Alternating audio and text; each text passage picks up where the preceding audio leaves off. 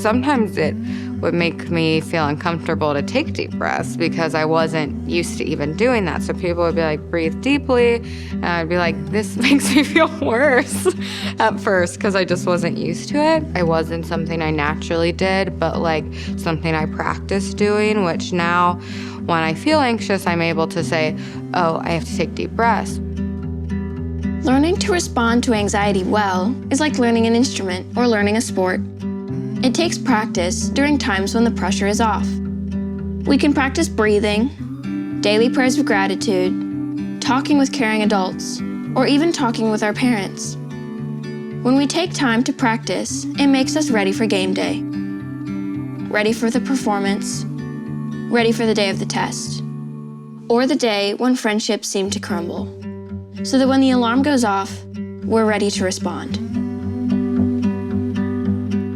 First of all, I have a notebook that I've been writing in since I was in the 4th grade, and it's helped me a lot. Being very active helps, like your mind disappears, it's just you and the body, it helps a lot.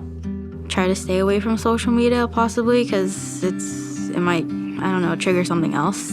I'll make tea. Tea helps me a lot. There's like something about music that helps a lot. I like to turn to God, for instance. We basically just get a one-on-one conversation. I just let all my feelings out. I really have no way of doing it. You just talk. To just kind of pinpoint the physical aspects of things, like am I getting antsy? And just to like notice those little signifiers like that, you start to see what it is that makes you anxious, and you find your boundaries. And then you can start to stretch those boundaries. If the first thing you find or if what someone suggests to you doesn't work, that doesn't mean like that's the only thing that can be helpful. You should keep looking and keep trying to find something until you find something that clicks for you.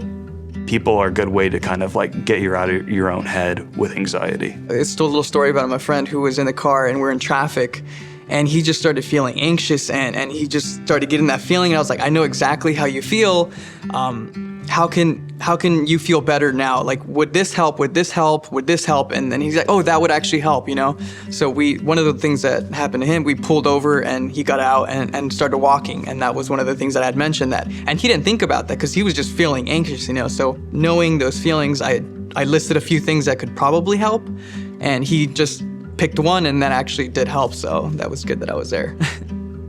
Because before I've told someone that I was having a hard time and they were like, oh, I was having a hard time and I never told anyone that either. And so you could be helping someone else by being the one who talked to them in the first place, you know? So you're not only helping yourself, but other people around you.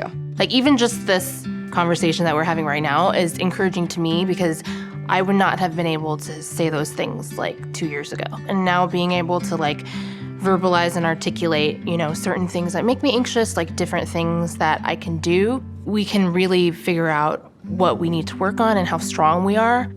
Like, you're stronger than you realize.